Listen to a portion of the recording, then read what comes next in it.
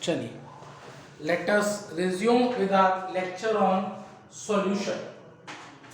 In the last lecture, I had discussed about the relative lowering in vapor pressure. मैंने पहली colligative property relative lowering in vapour pressure के बारे में आपको concepts of fundamentals develop करा दिए थे और उसके बाद हमने इस पर बेस्ड कुछ न्यूमेरिकल प्रॉब्लम्स भी ऑब्जर्व करी थी. Now let's move on to our next colligative property, that is elevation in boiling point. Our next colligative property, that is elevation in boiling point. चलिए, let us start.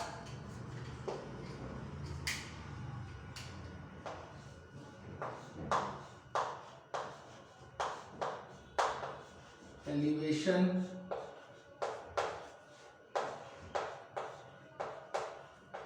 in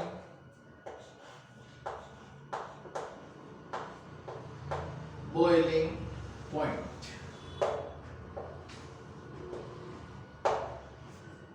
Now the first question is, what do you mean by boiling and what do you mean by boiling point? I had already discussed about it. मैं आपको ये vapour pressure concept पढ़ाते समय मैंने boiling क्या होता है, boiling point क्या होता है, ये दोनों ही बातें एलैबोरेट कर दी थी. मैं फिर से एक बार उसको शॉर्ट में रिपीट कर देता हूँ, आपको याद दिला देता हूँ. हम कहते हैं let us assume a pure volatile solvent A, एक pure volatile solvent A imagine कर लिया जाए और हर एक वोलेटाइल सॉल्वेंट का, हर एक वोलेटाइल सब्सटेंस का कुछ ना कुछ वेपर प्रेशर होता है जिसे हम कहते हैं PA0. और मैंने बताया था that vapour pressure only depends upon the temperature. ये वेपर प्रेशर सिर्फ और सिर्फ टेम्परेचर पर डिपेंड करता है.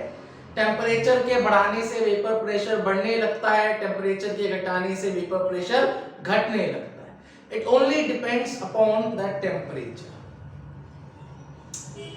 और याद करिए, मैंने बताया था what is boiling. Boiling is defined as the free evaporation.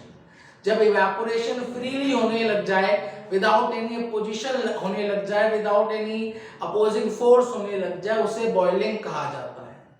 मैंने आपको बताया था हमारा जो एटमॉस्फेयर होता है, एटमॉस्फेरिक एयर होती है, वो उस सॉल्वेंट पे, उस सब्सटेंस पर प्रेशर एक्सर्ट करती है और उस सब्सटेंस को फ्रीली इवेपोरेट करने नहीं देती. और अगर हम किसी तरीके से उस एटमॉस्फेरिक एयर का जो प्रेशर है, जो एटमॉस्फेरिक एयर का जो फोर्स है, उसको नलीफाई कर दे, तब वह हमारा सब्सटेंस फ्रीली इवेपोरेट करने लगेगा और हम कहेंगे दैट सब्सटेंस इज बॉइलिंग. मैं सबसे पहले लिखता हूं what is boiling.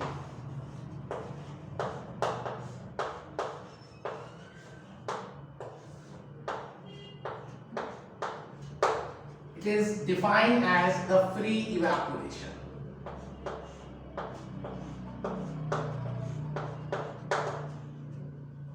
It is defined as free evaporation. Free evaporation को बॉइलिंग कहा जाता है.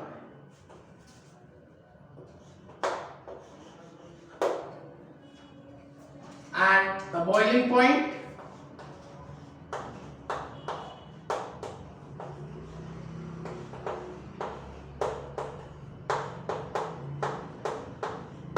the temperature at which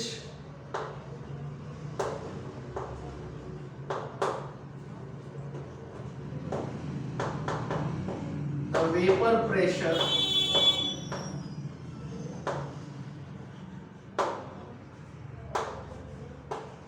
of a substance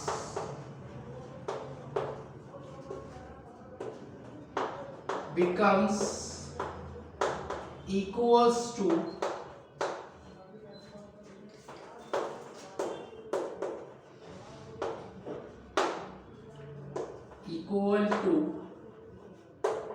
external pressure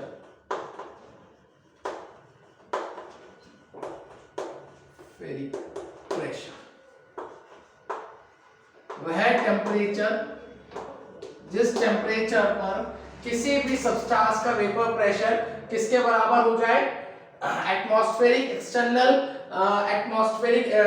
pressure के बराबर हो जाए, that temperature is termed as boiling. तो ऐसी डेफिनेशन क्यों लिखी थी, मैं उसको भी एक बार रिकॉल करा देता हूं। जस्ट इमेजिन ए प्योर वोलेटाइल सब्सटेंस, यह प्योर वोलेटाइल सब्सटेंस है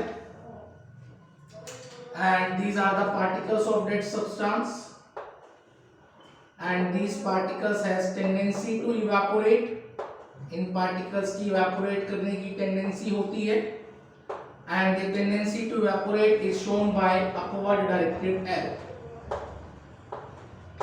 इस tendency को हम upward directed arrow से denote करते हैं। that is my pure volatile substance A और इसका जो वेपर प्रेशर होगा we call it as PA0। अब मैंने बताया था हमारे चारों तरफ क्या है, हवा है, एटमॉस्फेरिक एयर है।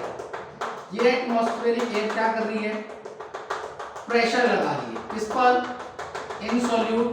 इस सॉल्वेंट के पार्टिकल्स पर, इस सब्सटेंस के पार्टिकल्स पर क्या लगा रही है, pressure.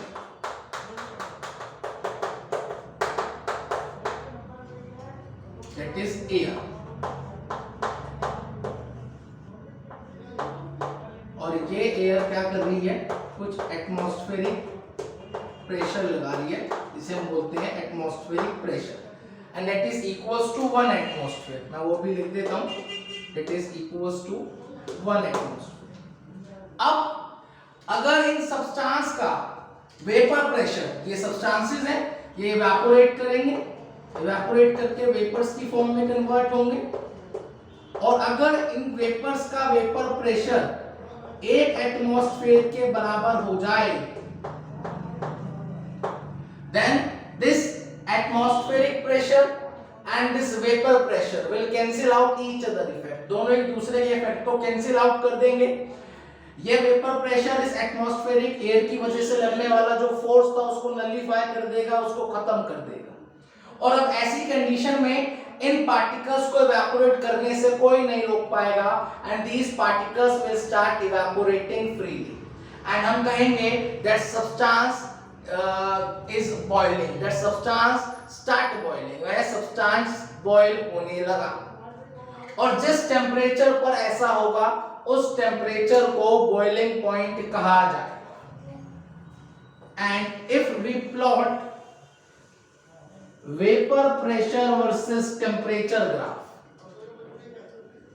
if we plot vapor pressure versus temperature graph, अगर हम vapour pressure versus temperature graph बनाएं, देन वैसे तो हमने पहले भी डिस्कस कर रखा है but we are discussing it again. अगर हम vapour pressure versus temperature graph बनाएं, then it will look like in that manner. First will draw for pure solvent. किस तरीके का दिखेगा,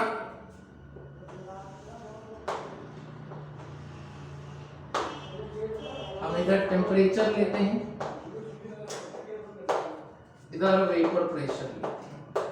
जैसे जैसे टेम्परेचर बढ़ाएंगे वैसे वैसे वेपर प्रेशर भी बढ़ता जाएगा और बढ़ते बढ़ते एक ऐसे पॉइंट पर पहुंच जाएगा जहां पर that vapour pressure becomes equals to 1 atmosphere. ये वेपर प्रेशर 1 एटमॉस्फेयर के बराबर हो जाएगा एंड दैट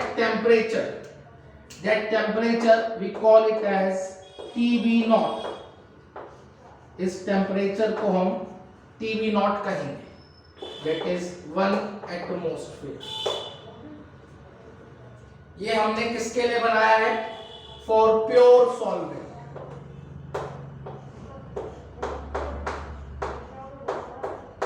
प्योर सॉल्वेंट के लिए बनाया है। नाउ अब that is my the boiling point.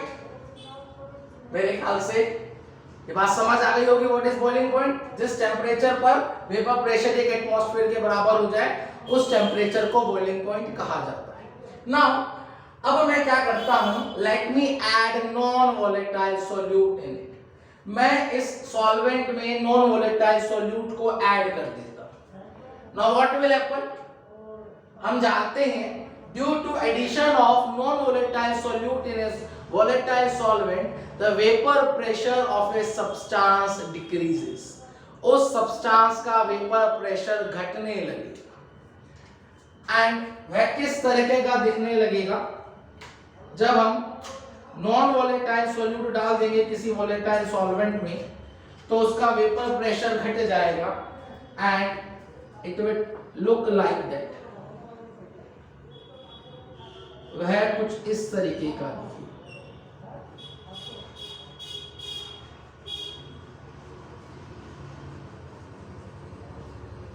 That is for solution। जब हमने नॉन वोलेटाइल सॉल्यूट डाल दिया है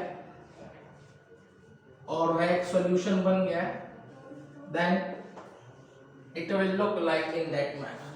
वह कुछ इस तरीके का दिखेगा। अब खास बात जरा ऑब्जर्व करें, सॉल्यूशन का वेपर प्रेशर एक एटमॉस्फेयर कहां पर हो रहा है? सॉल्यूशन का वेपर प्रेशर एक एटमॉस्फेयर इस पॉइंट पर हो रहा है। Now this point, the temperature at which the vapor pressure of the solution becomes equals to the atmospheric pressure, that temperature will be termed as the boiling point of solution। जिस temperature पर solution का vapour pressure एक atmosphere हो रहा है तो उस temperature को बॉइलिंग पॉइंट ऑफ सॉल्यूशन कहा जाएगा। यहां सॉल्वेंट की बात हो रही थी, यहां सॉल्यूशन की बात हो रही है। We denoted by TB, that is noted by TB naught। It is clearly observed from the graph that the boiling point of that solution is higher than that of pure volatile solvent। जो solution का boiling point है that is greater, बड़ा है किससे? as comparison to pure volatile solvent। pure condition जब है volatile solvent था तो उस condition से बड़ा है। what do you हम कहते हैं due to addition of non-volatile solute in a volatile solvent, the vapor pressure of a substance decreases and the boiling point increases। उस substance का boiling point बढ़ जाएगा, vapor pressure घट जाएगा। And that increase in boiling point is termed as elevation in boiling point। इस increase in boiling point को कहा जाता है elevation in boiling point। एक खास बात और मैं पहले लिख देता हूं, due to addition of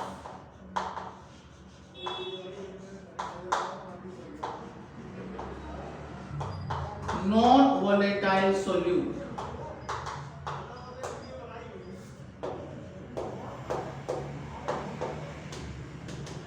in a volatile solvent,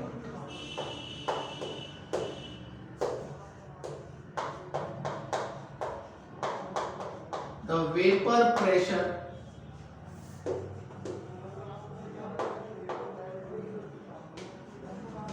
of solvent decreases। Vapor pressure of the resulting solution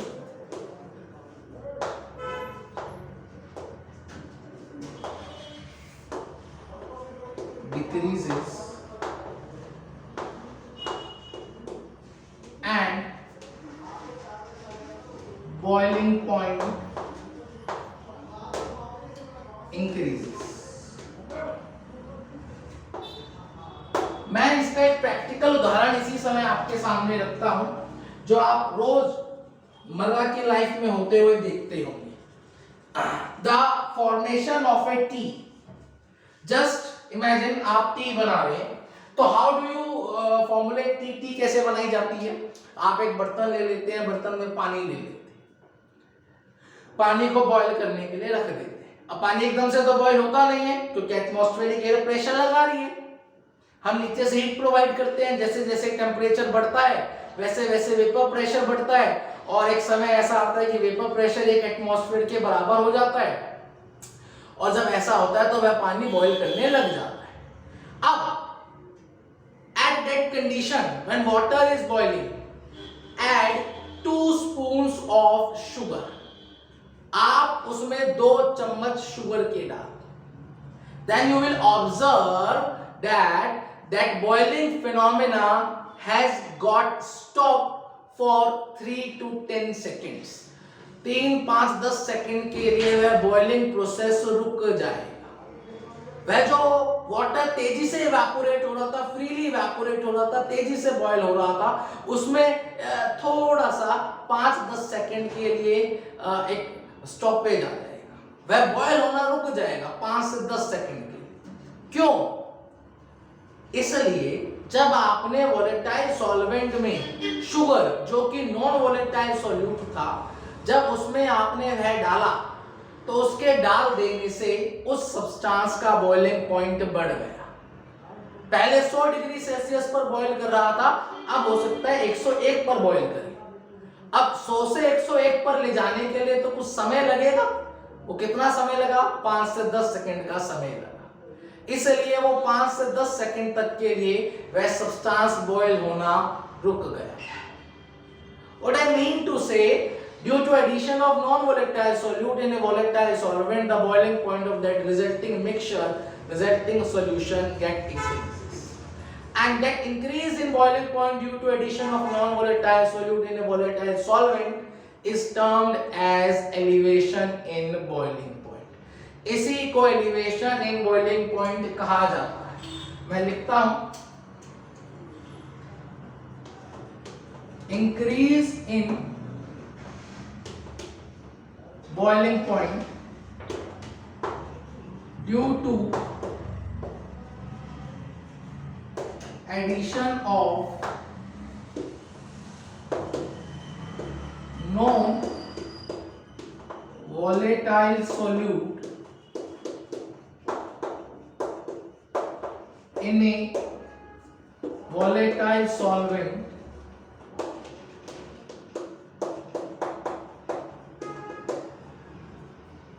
the boiling point of the resulting solution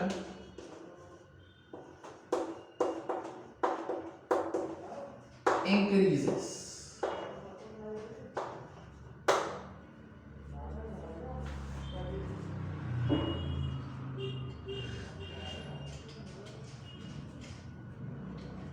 या this increase in, ऐसे लिख देते हैं, this increase in boiling point due to addition of non-volatile sodium or volatile solvent is termed as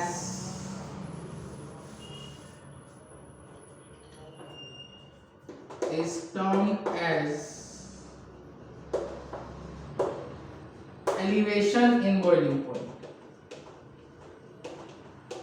Elevation in boiling point and is denoted by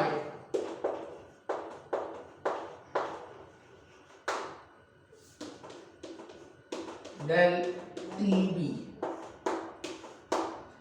This increase in boiling point due to addition of non-volatile solute in a volatile solvent is termed as elevation in boiling point. अब कितना boiling point बढ़ा? How will calculate? कैसे निकालेंगे? It's very easy. पहले TB naught था, अब TB हो गया। पहले सपोज 8 डिग्री सेल्सियस का बॉइलिंग पॉइंट और अब 12 डिग्री सेल्सियस हो गया, then what is the change? हम कहेंगे 12 minus 8 and that is TB minus TB naught.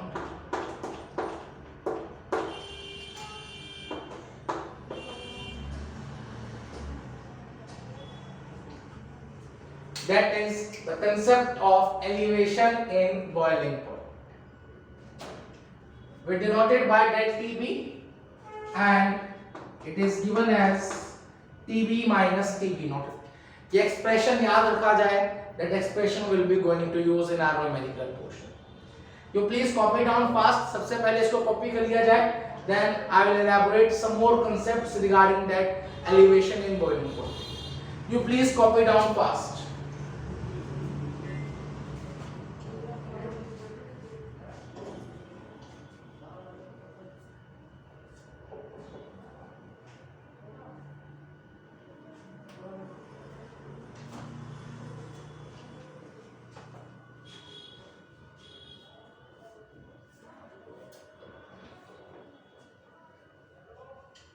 चलिए, now let me develop some more concept regarding that elevation in boiling point. अब जरा ऑब्जर्व करें, मैं यहां पर भी इसको लिखता हूं delta TB, that is my delta T, and observe it, that is my delta P. This is the vapor pressure of solution, this is the vapor pressure of pure volatile solvent, जिसे हम PA not बोल रहे हैं, ये PA not, ये PA, that is delta P. Due to addition of non-volatile solute in a volatile solvent, जो vapor pressure में change हुआ, that is delta P.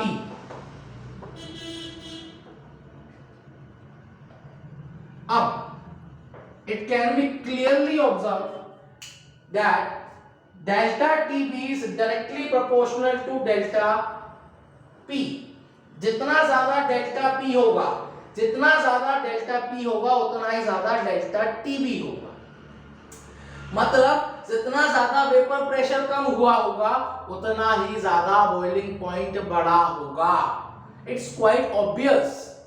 भाई जितना ज्यादा कम वेपर प्रेशर हुआ होगा तो मतलब उसे इवेपोरेट करने के लिए उतनी ज्यादा हीट देनी पड़ेगी, उतनी ज्यादा हीट देनी पड़ेगी, मतलब उसका बॉइलिंग पॉइंट बढ़ गया होगा. मैं दोबारा बताता हूं, अगर ज्यादा वेपर प्रेशर कम हुआ होगा मतलब मॉलिक्यूल्स को इवेपोरेट करने के लिए एक एटमॉस्फेरिक तक वेपर प्रेशर को ले जाने के लिए हमें ज्यादा हीट करना होगा. ज्यादा हीट करना होगा मतलब उसका बॉइलिंग पॉइंट बढ़ गया होगा. And it can also be observed by graph. यह बात ग्राफ से भी साफ-साफ नजर आ रही है. Delta TB is directly proportional to delta P. मैं इसी बात को आगे लिखता हूं.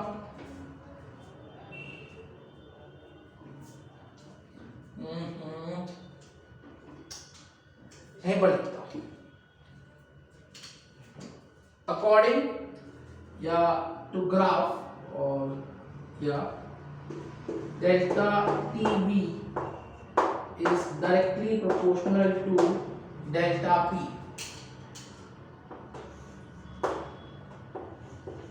Can be easily observed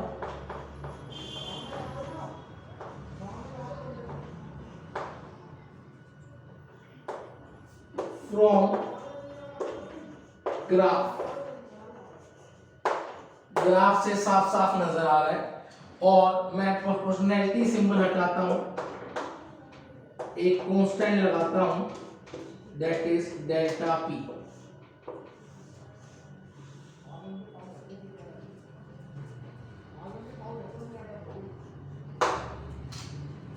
मैं लिख भी देता हूं सारी चीजें. डेल्टा TB तो वहां पर लिखा ही गया है. What is delta TB? Delta P is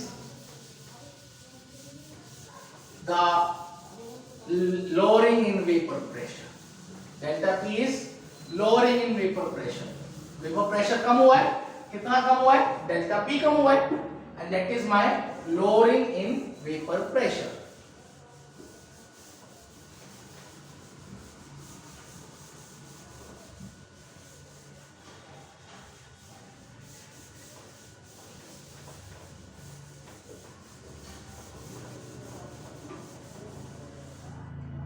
Delta P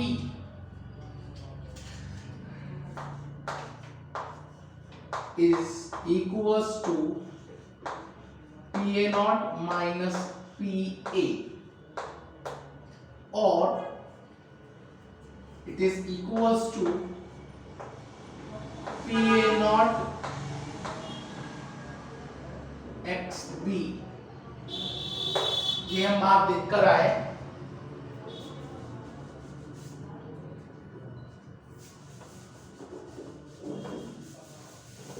Is equals to PA naught XB, and what it is? It is lowering in vapor pressure. Lowering in vapor pressure. अब मैं क्या करता हूं, इस डेल्टा पी की value को यहां पर सब्स्टिट्यूट कर देता हूं. Delta P is equal to P A naught x P. मैं इसी वैल्यू को यहां पर सब्स्टिट्यूट कर देता हूं.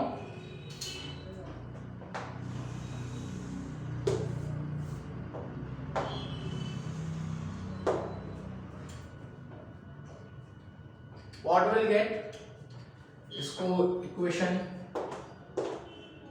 1 मान लेता हूं, इसको इक्वेशन 2 मान लेता हूं. लिख भी देते हैं, putting 2 in 1, putting 2 in 1. What will get? Delta TB is equals to K PA naught XB. Now PA naught is a constant, vapor pressure of pure volatile substance is a constant, K is a constant. इन दोनों को इकट्ठा कर लेता हूं.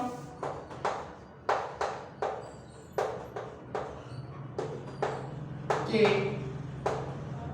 PA naught XB. XB is a mole fraction of solute. How we can write it? K PA naught NB upon Na plus NB. That is a mole fraction of solute. और हम कहते हैं for very dilute solution, for very dilute solution. Very dilute solution क्यों ले रहे हैं? क्योंकि मैंने बताया था colligative property is applicable to only dilute solution. For very dilute solution, अगर बहुत ज्यादा ही dilute solution है, then NB is very small than Na. NB is very small. NB बहुत छोटा होगा, solute के मोल्स बहुत कम होंगे क्योंकि बहुत ही ज्यादा dilute solution है. तो हम कहेंगे NB plus Na is approximately equals to Na. और अब हम लिख देंगे delta TB is equals to K PA naught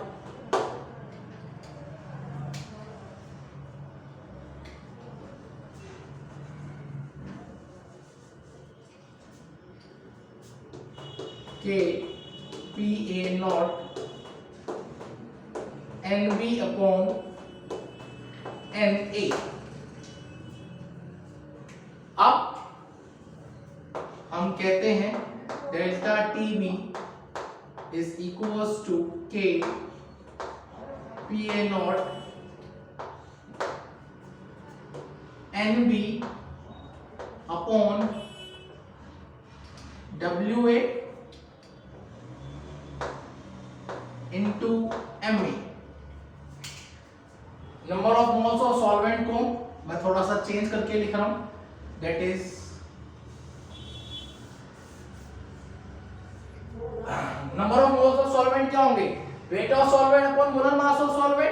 weight of solvent और मोलर मास ऑफ सॉल्वेंट ऊपर चला जाएगा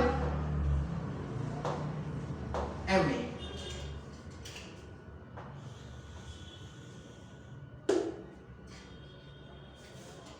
Now molar mass of solvent is again a constant, is a fixed quantity. Molar mass solvent का fix होगा उस particular solvent solution के लिए.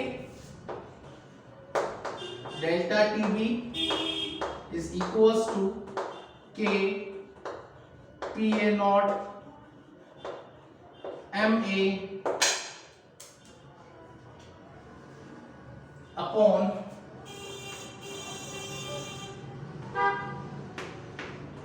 Na upon Wa.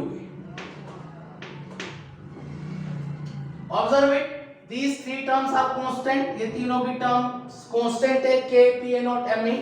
मैं इनको हटाकर एक रैंडमली constant लिख देता हूं. Let's suppose क्या लिखा जाए, B लिख देते हैं. B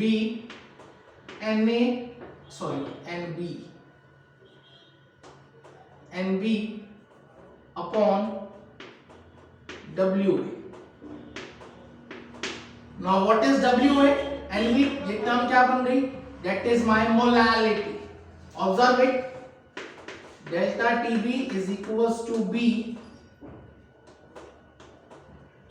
moles of solute upon weight of solvent. Weight of solvent.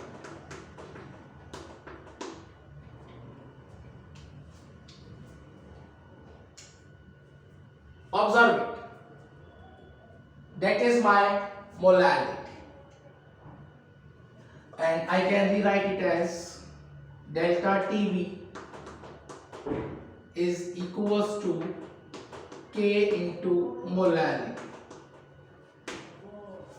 मैं थोड़ा सा यहां से इरेज कर देता हूं.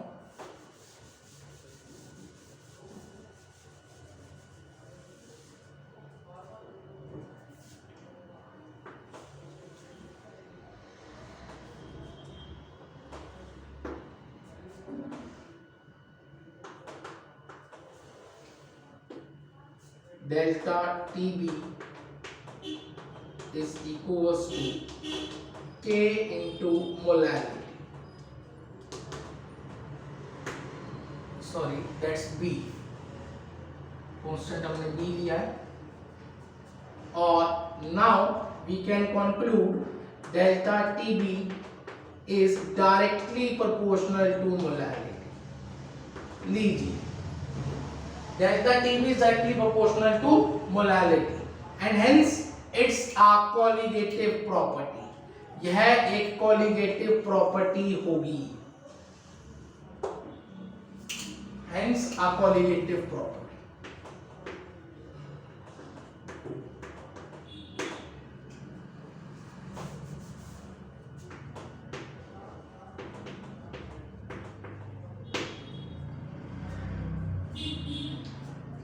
Observe it. I had proved that delta Tb is directly proportional to molality. It's quite simple. मैं एक बार दोबारा बता देता हूं मैंने क्या करा है. देखिए, हम कहते हैं delta Tb is equal to K into delta P. साफ साफ ग्राफ से भी नजर आ रहा है और थ्योरेटिकल भी हमने समझा. Delta P is the lowering in vapour pressure Pa not minus Pa और Pa नॉट xb. तो मैं इस डेल्टा P की वैल्यू Pa नॉट xb यहां पर सब्स्टिट्यूट कर देता हूं. Will get K Pa not xb. Now Pa not is a constant, K is a constant, दोनों को इकट्ठा लिया है. Delta Tb is equals to Pk Pa naught K xb. Now xb is Nb upon Na plus Nb, number of moles of solute upon total moles of solution. हम कहते हैं for very dilute solution, बहुत ही ज़्यादा dilute solution के लिए Nb is very very small than Na. Nb की मात्रा बहुत कम होगी क्योंकि dilute solution है Na से. और हम कहेंगे इसलिए Nb plus Na is approximately equals to Na. क्योंकि Nb की वैल्यू बहुत कम होगी, कोई खास फर्क नहीं पड़ेगा. और Na प्लस Nb की जगह मैं सिर्फ लिख देता हूं Na. Now as it is delta TB is equals to K PA naught NB upon WA into ME. Na क्या होगा? Weight of solvent upon molar mass of solvent. लिख दिया. Again molar mass of solvent is a fixed quantity. इसके साथ ले गया. Delta TB is equals to K PA naught MA NB upon weight of solvent. अब ये तीनों constant है, तो तीनों कांस्टेंट को मैंने एक अलग कांस्टेंट बना दिया, that is B. Delta TB is equals to B NB upon WB. Now what it is? Moles of solute upon weight of solvent. NB is moles of solute upon weight of solvent. Now what it will be? It becomes equals to molality. And hence we can conclude delta TB is directly proportional to molality and hence it is a colligative property. क्योंकि delta TB molality के directly proportional है, इस वजह से यह एक colligative property होगा. लीजिए, वी हैड प्रूव्ड इट.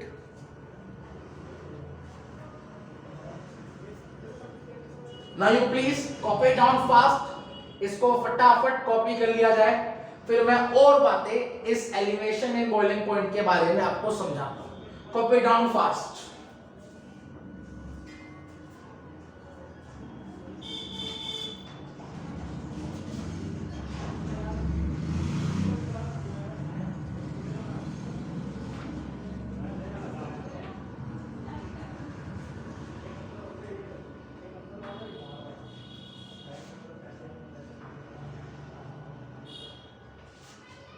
चलिए, now let's move on.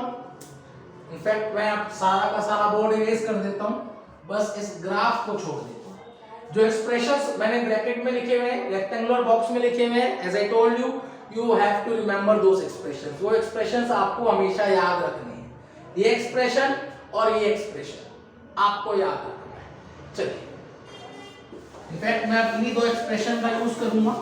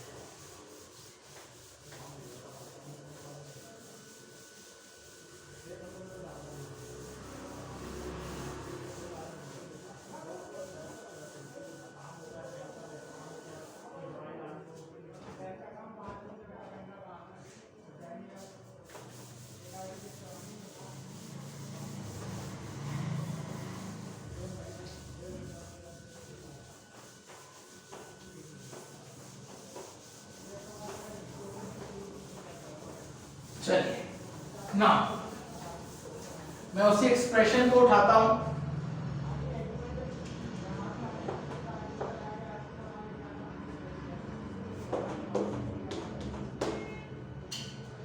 इस ग्राफ को मैं यहीं पर बने रहने देता हूं.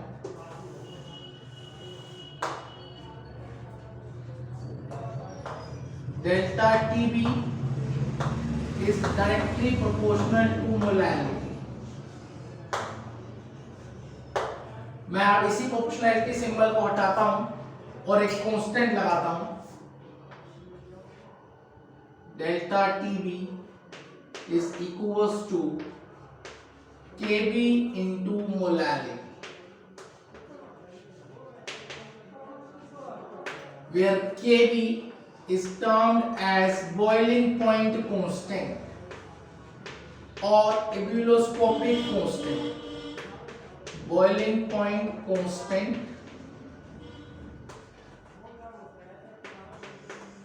or ebullioscopic constant.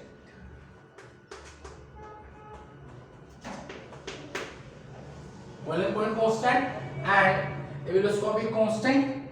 और मैं इसी एक्सप्रेशन को थोड़ा सा एक्सपैंड करता हूं. Delta TB is equals to KB into moles of solute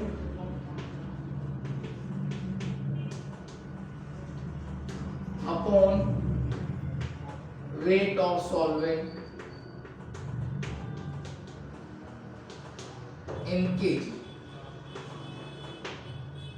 और that's delta B is equals to KB into weight of solute, mass of solute मतलब WB upon molar mass of solute, that is MB into 1 upon weight of solvent, that should be in kg.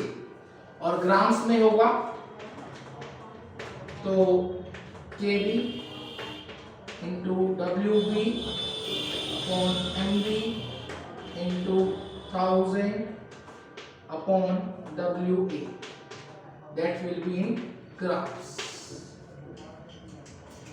That is the simplified expression for delta TB, and again you have to mug up these two expressions. आपको ये दोनों ही expression ध्यान रखने होंगे.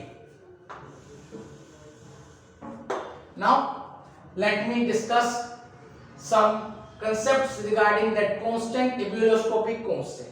देखिए हम कहते हैं for a particular solvent the value of Kb will be fixed. एक particular solvent के लिए Kb की value fixed होगी and it can be determined experimentally.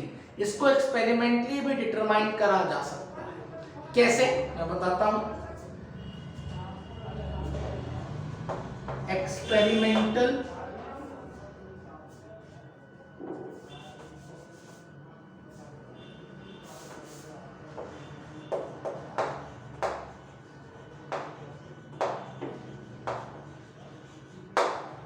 determination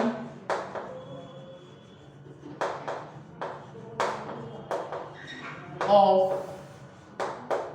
value of Kb.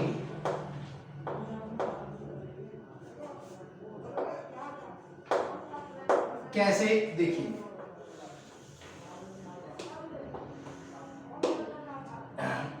एक मोलर सॉल्यूशन ले लिया जाए. क्या ले लिया जाए? एक molar solution, 1 molar solution.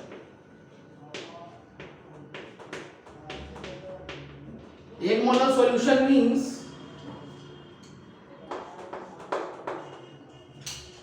1 mole of solute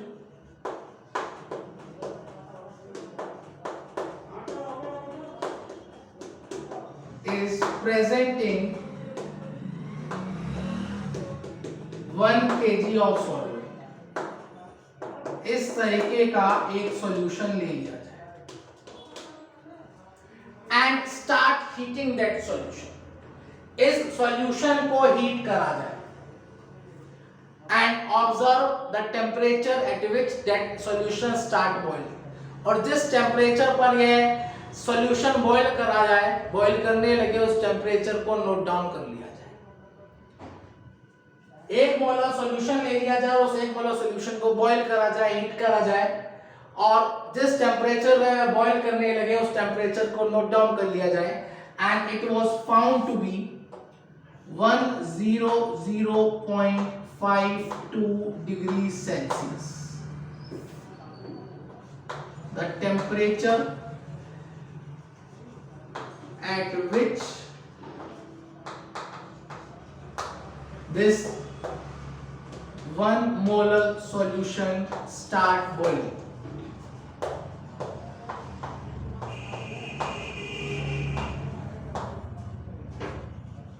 Start boiling.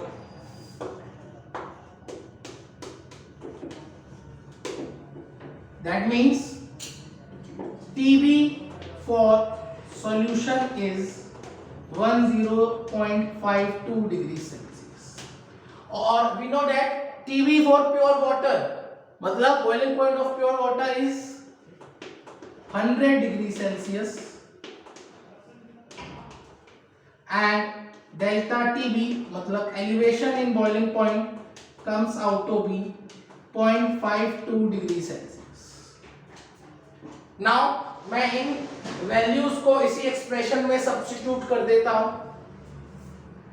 Delta TB is equals to Kb into molality.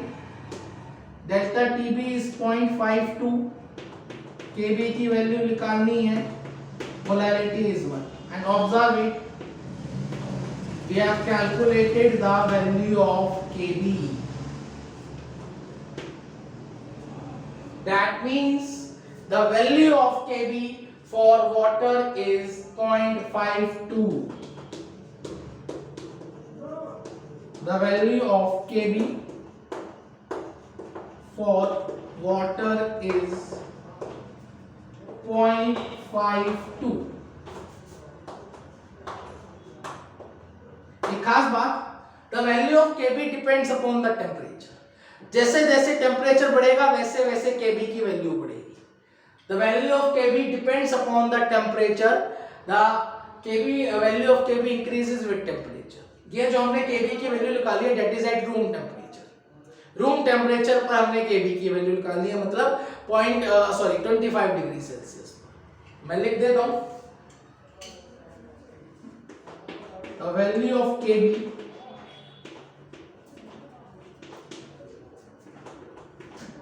depends upon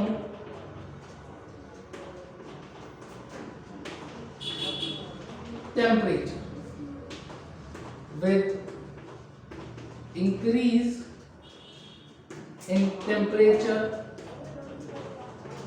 value of Kb increases. Thus we can say, हम क्या कह सकते हैं, we can say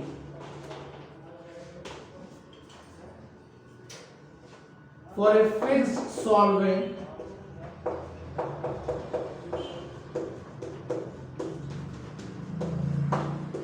at a fixed temperature,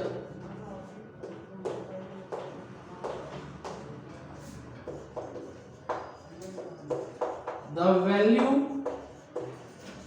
of Kb is fixed.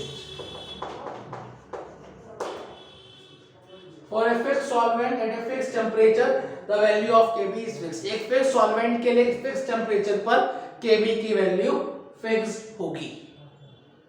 In that manner, we used to calculate the value of Kb experimentally. खास बात, we also can calculate that value of Kb theoretically. हम इस Kb की value को theoretically भी calculate कर सकते हैं.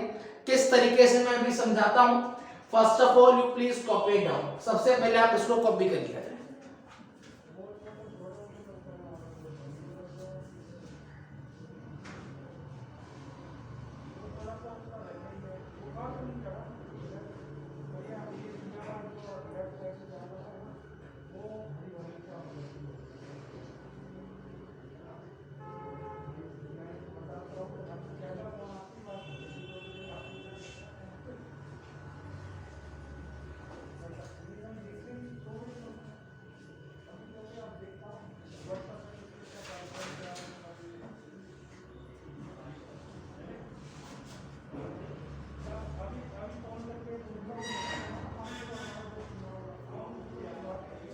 चलिए लेट्स मूव ऑन.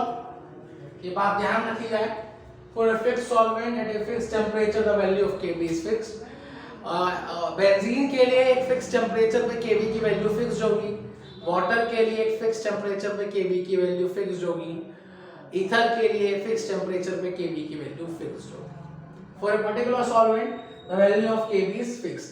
और for water at 25 degree Celsius the value of Kb is 0.52. आपको यह ध्यान रखना है और ये एक्सप्रेशन ध्यान रखना है.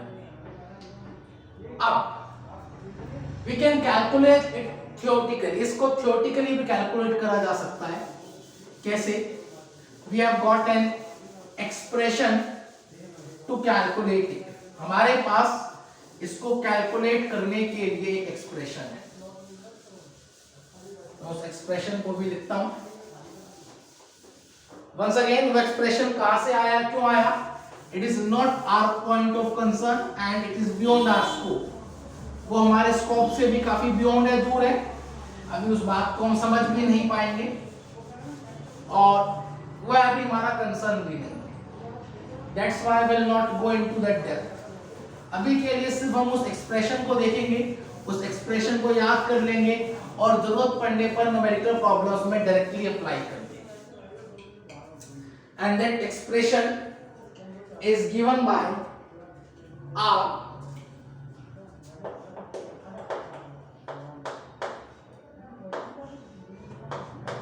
TB naught square upon 1000 into delta LV,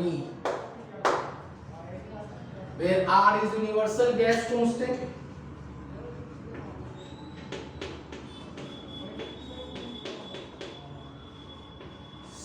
gas constant, and delta L V is the latent heat of vaporization. Latent heat of vaporization per gram.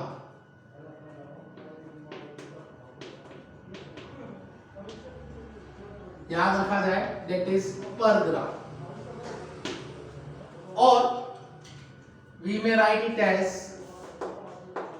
Kb is equals to R TB naught square into Ma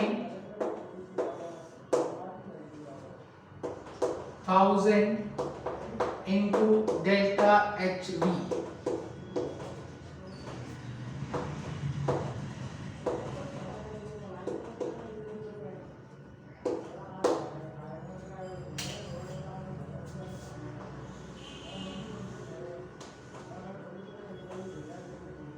मतलब यहां पर Ma is the molar mass of solvent and delta HVP देता हूं मैं, Ma is molar mass of solvent and delta HV is enthalpy of vaporization, enthalpy of vaporization per mole, that is per mole. यहां पर मैं R की values भी आपको बता देता हूं. What should be the values of R? 8.314 when joule per mole per Kelvin.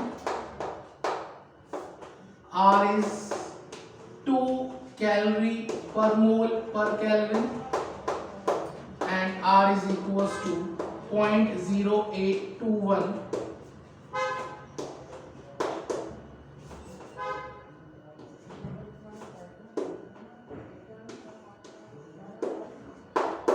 liter atmosphere mole Kelvin. These are the values of R and will use according to the values of L, delta L and delta H. जिस भी terms में हम delta L लेंगे और delta H लेंगे उसी terms में हम R की वैल्यूज को लेंगे. That value of R it depends upon delta H and delta L. जिस यूनिट्स में हम डेल्टा H को लेंगे या जिस यूनिट में डेल्टा L को लेंगे उसी यूनिट के हिसाब से हम R की वैल्यूज को ले लेंगे. By this method we can calculate the value of Kb theoretically. इस मेथड के द्वारा Kb की वैल्यू को theoretically निकाला जा सकता है. एक बात मैं यहाँ पर आपको बता दूं जो आपको ध्यान रखनी है throughout that chapter. Temperature will be always in kelvin, चाहे टीबी नॉट हो, temperature is always in kelvin.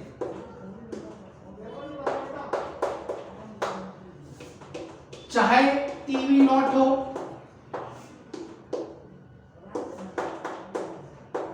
चाहे टीबी हो, चाहे delta TB, what ever it is, आपको इनकी वैल्यूज हमेशा केल्विन में ही देनी है।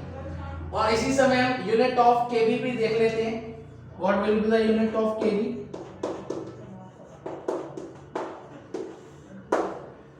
It's very easy, delta KV is kelvin और Celsius and molarity is molar.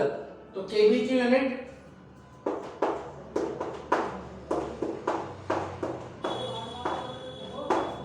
it will be Celsius per mole or Kelvin per mole, कोई सी भी यूनिट आप ले सकते हैं, but the standard is Kelvin per mole, that is the standard unit. In that manner, we used to conceptualize our second colligative property, elevation and boiling point. किसी volatile solvent में non volatile solute डालने से उस substance का boiling point बढ़ जाता है and हम उसे कहते हैं elevation in boiling point. And it is given by two expression, delta Tb is equals to Kb into molarity, इसको एक्सपेंडेड फॉर्म, और अभी थोड़ी देर पहले हमने पढ़ा था, मैं यहाँ पर लिख देता हूँ, delta Tb is equals to Tb minus Tb। इन दो एक्सप्रेशन के द्वारा we used to calculate delta Tb। That's all about the elevation and boiling point, that is our second colligative property. You please copy down fast। आज के lecture में इतना ही, आज इतना ही करेंगे। Next we'll going to deal our third colligative property, that is depression in freezing point। आज के लिए काफी है, you please copy down। Bye bye।